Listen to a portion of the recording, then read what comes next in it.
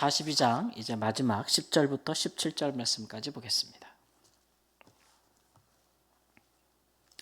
욥기서 42장 10절에서 17절 말씀까지 마지막까지 보겠습니다. 42장 10절. 욥이 그의 친구들을 위하여 기도할 때 여호와께서 욥의 곤경을 돌이키시고 여호와께서 욥에게 이전 모든 소유보다 갑절이나 주신지라.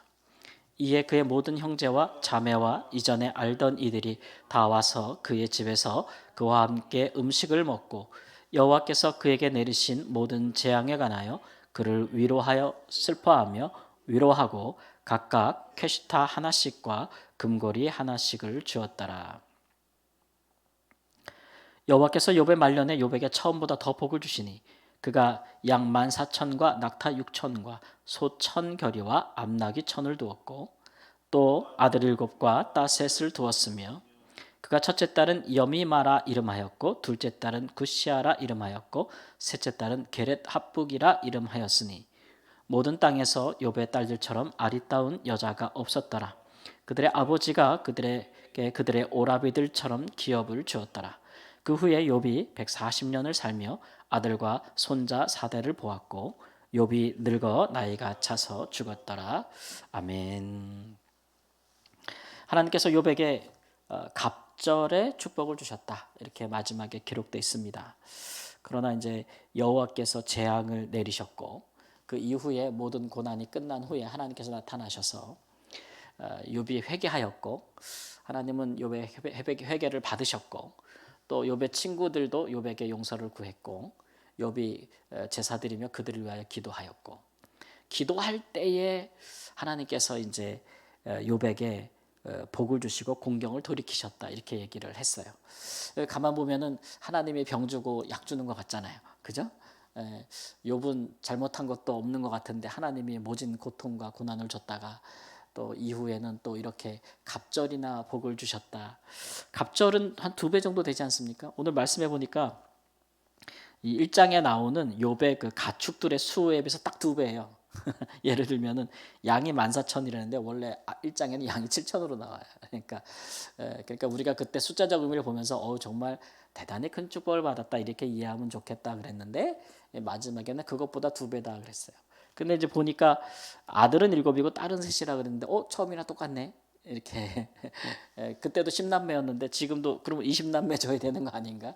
계산상으로 이렇게 생각할 수 있는데 근데 이후에 보면은 딸들에게도 아들처럼 기업을 주었다라고 했으니 갑절이 맞습니다.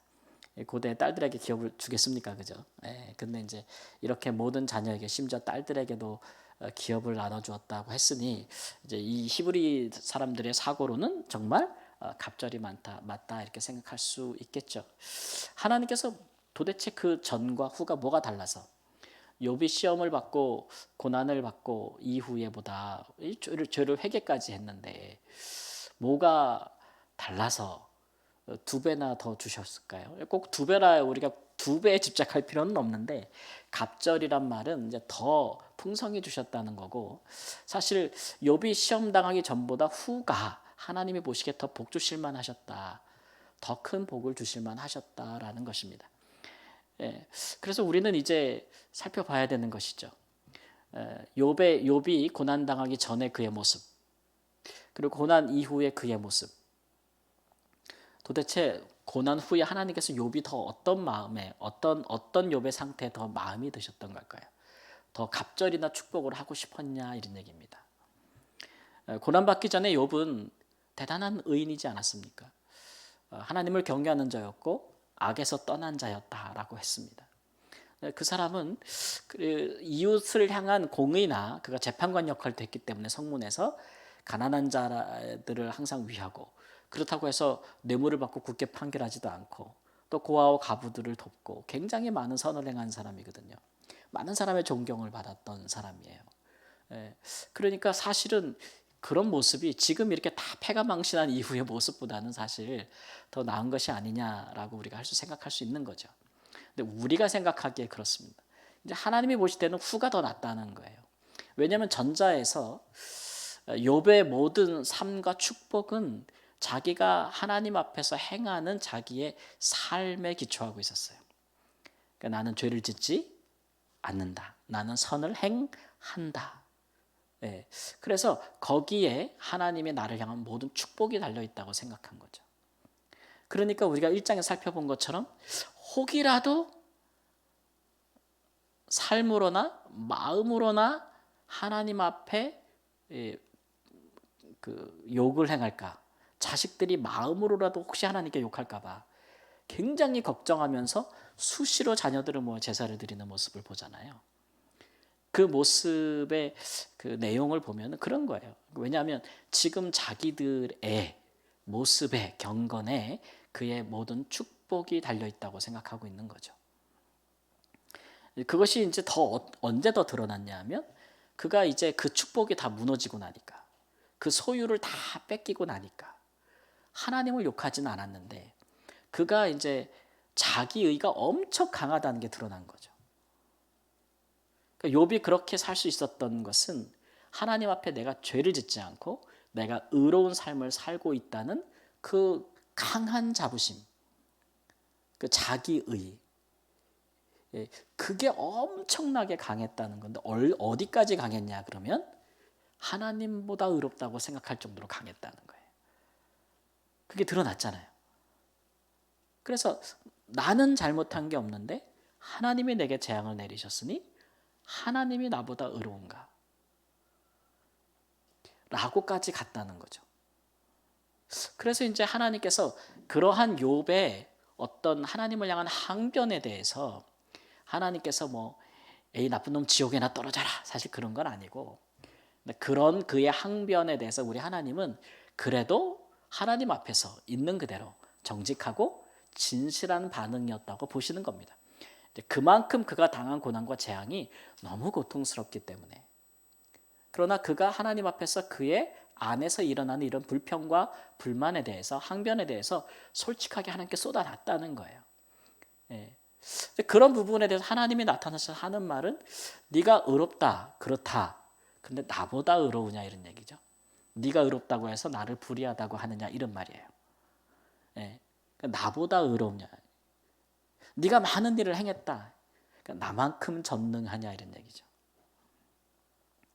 지금 네가 이유를 알지 못하고 고난당한다고 해서 나에 대해서 굉장히 불만을 갖고 있는데 네가 나만큼 전지하냐 이런 얘기예요. 하나님이 그렇게 등장하시는 겁니다. 그렇게 등장하시는 거죠. 그러니까 하나님이 욥을 의롭다고 말하지 않는 게 아니나 하나님의 의에는 비교할 바 되지 못한 것이고, 그가 하나님을 알고 세상의 이치를 안들 하나님보다 할 것이며, 그가 개인적으로 많은 선을 행하였던들 하나님이 세상을 경영하시는 것보다 더 하겠냐고요. 그러니까 그런 일들에 대해서 하나님 앞에 자기 의나 선을 내세울 수가 없다는 것이 분명하다는 것을 욥이 깨달았다는 거예요. 깨달았다는 거. 네. 그리고 또 하나는 뭐냐면 그런 관점에서 볼 때, 우리의 개인의 의로움과 선행의 관점에서 볼 때 다른 사람보다 의롭고 다른 사람보다 많은 선을 행할 수는 있어도 그런 행위의 관점에서, 혹은 우리가 후대에 이제 모세로부터 주어지는 어떤 그 율법적 관점이라고 말한다면, 그 율법적 관점에서 사람을 놓고 볼 때 아무리 의롭고 아무리 율법을 잘 지키고 아무리 선을 많이 행해도 사탄이 누구든지 그에 대하여 참소할 수 있고 흔들 수 있다는 거예요. 왜냐하면 법이라는 것 자체가, 제가 늘상 말씀드리지만 의인에게 주는 게 아니고, 법이라는 자체가 누구를 위하여 있는 겁니까? 죄인을 위하여 있는 거 아닙니까? 그렇죠? 그러니까 율법은 선한 것이고 의로운 것이나 사람이 그것을 계속 지키려고 하다 보면은 내가 이것을 다 지켰으므로 나는 스스로 구원받을 수 있을 만큼 의롭다에 이르는 것이 아니고 나는 스스로 구원을 받을 수 없구나, 나는 죄인이구나를 깨닫게 하는 용도로 우리에게 주셨다는 거예요. 우리는 첫째 아담의 자손들이기 때문에 죄의 본성이 이렇게 우리 안에 있고 불안한 거죠. 우리의 의로는 하나님의 구원에 이르기가 불안한 거예요. 근데 욥이 고난을 받고 막 이러면서 뭐가 무너진 겁니까? 자기의 의가 무너진 거죠. 하나님 앞에. 무너진 겁니다. 그러니까 내가 하나님의 은혜, 하나님의 긍휼, 하나님의 나를 향한 그 용서에 기초하지 아니하고는 자기가 살 수 없다는 것을 깨닫게 된 것이죠. 그 지점이 아무리 축복을 받고 아무리 의롭고 아무리 그 선을 많이 행하는 삶을 산다 할지라도 하나님의 은혜를 깨달은 이 시점이 하나님이 갑절이나 축복을 주시기에 더 나은 상태란 얘기예요. 나은 상태. 그러니까 세상에서도 도덕적이고 윤리적이라고 주장하는 사람들이 많습니다. 그렇기 때문에 나는 내 양심에 비추어서 나는 선을 행하기 때문에 나는 누구의 구원도 필요하지 않고 나는 누구에게 죄 법 없이도 살기 때문에 나는 그렇게 내가 죽은 다음에 잘못되겠는가 이렇게 스스로 자기 선과 의에 의지하는 사람이 많단 말이죠. 예. 그런 마음으로는 이제 욥처럼 하나님 앞에 서게 되면 성경 말씀이 말하는 바지만 하나님이 따지고 묻고 할 필요도 없어요. 하나님이 먼지까지 탈탈 필 필요도 없어요. 그냥 자기가 뭐예요? 자기 입으로 하나님 앞에 서면 그냥 자백한다 그랬잖아요. 자백한다는. 우리가 생각하는 의의 수준과 하나님의 생각하는 의의 수준은 너무 달라요. 그죠?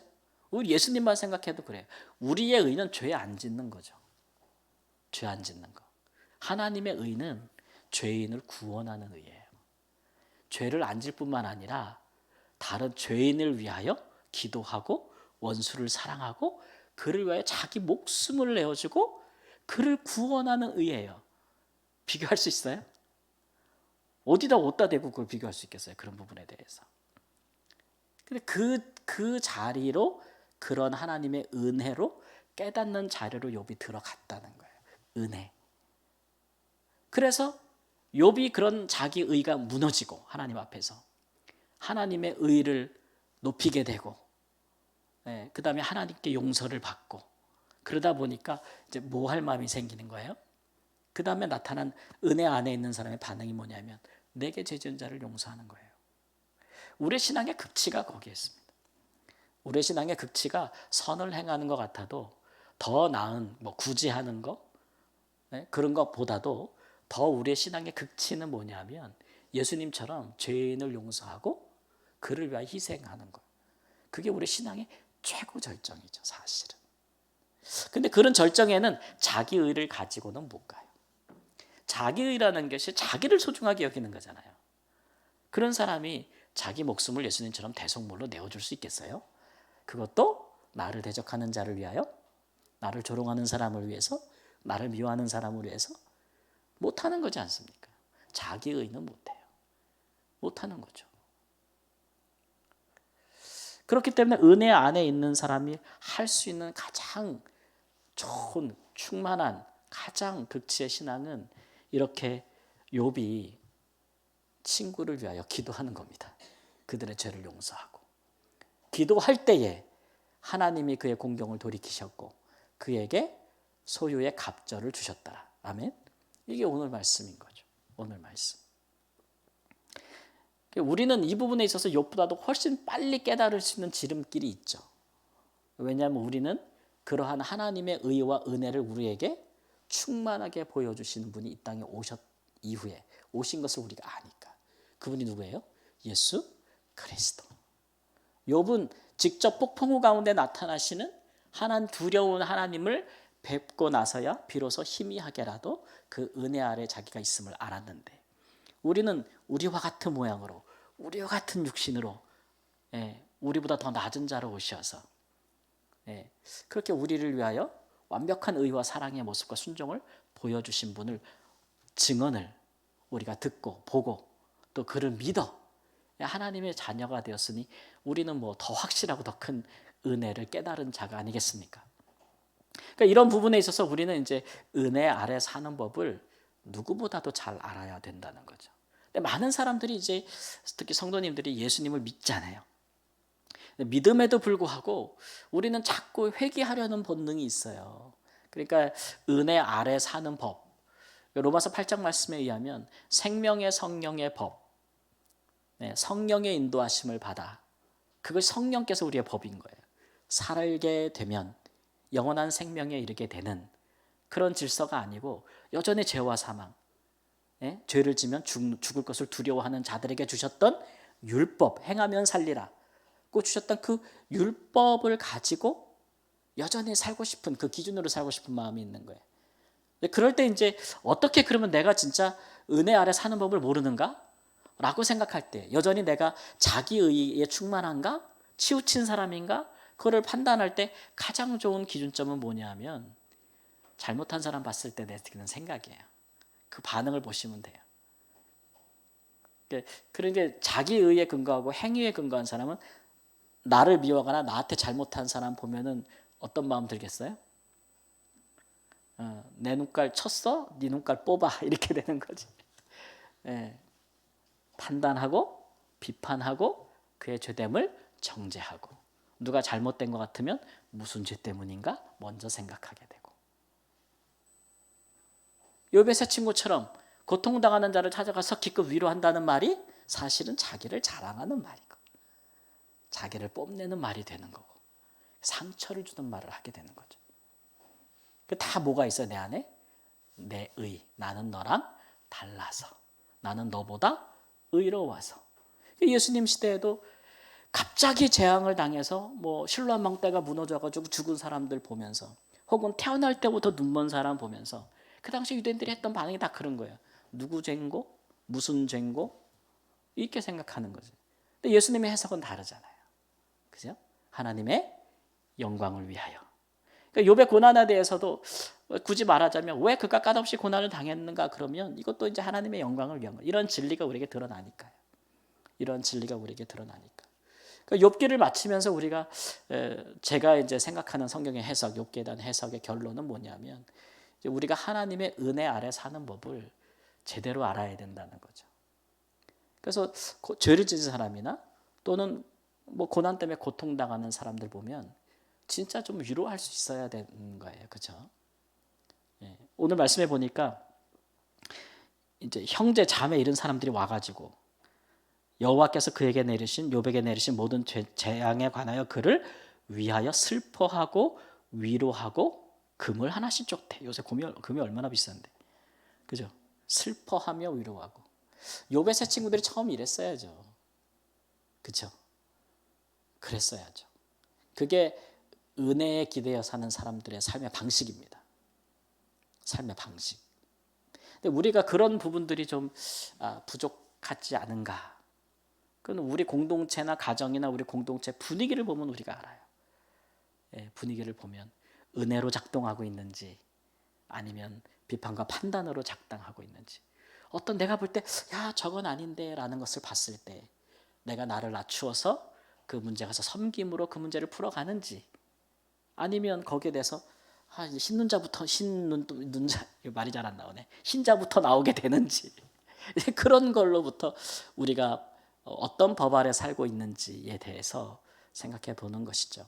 그런 일의 기준은 예수님이 되실 것입니다. 죄인들과 함께 교제하시고 그들을 하나님께로 인도하시며 정죄하거나 죽이려 하지 아니하시고, 그죠? 용서하시고 살리려 하셨던 그런 예수님의 삶, 그렇게 문제가 풀리지 않겠어요? 우리 삶의 많은 문제들이, 많은 고통들이 그렇게 해결되지 않겠어요? 뭐 죄져가지고 죽은 사람에 대해서, 벌 받고 있는 사람한테 가서 죽어라 죽어라 밟으면 죽지 살겠냐고. 그렇죠? 그래서 우리 그리스도인들은 그런 것 잘할 만한 지혜가 있어야 돼요. 큰 고통을 당해서 어려워하는 사람 가서 위로하는 거 쉽지 않습니다. 위로한다고 하는 말이 아닐 수 있거든요. 그런데 그리스도인들은 자기의가 없기 때문에 그런 일에 대해서 굉장히 지혜롭게 잘할 수 있어요. 그런 부분들, 우리가 은혜로 사는 법, 예수님처럼 사는 법이, 비결이, 열쇠가 그 은혜 아래에 있다는 것을 깨닫는 그 순간, 그 삶의 전환, 사고의 전환, 신앙의 전환이 오는 시점이 필요한데, 그게 참 우리가 그냥 얻어지는 것은 아니고, 이제 욥처럼 좀 고난을 당할 때 우리가 그런 좀 경험들을 하게 되는 유익이 있다. 그래서 고난이 그래서 유익한 부분이 있다. 근데 그것이 하나님께서 그렇게 변화된 삶을 너무 좋아하신다. 너무 기뻐하신다. 우리가 하나님 나라 갈 때 뭐에 의지해서 가겠어요? 우리를 향한 하나님의 사랑과 은혜와 인내와 오래 참음과 자비와 우리를 향한 용서와 그런 거 의지해서 우리는 천국 들어간다고 믿는 거예요. 그렇죠? 그런 깨달음이 있기를 우리 주 예수님의 이름으로 축원합니다. 아멘.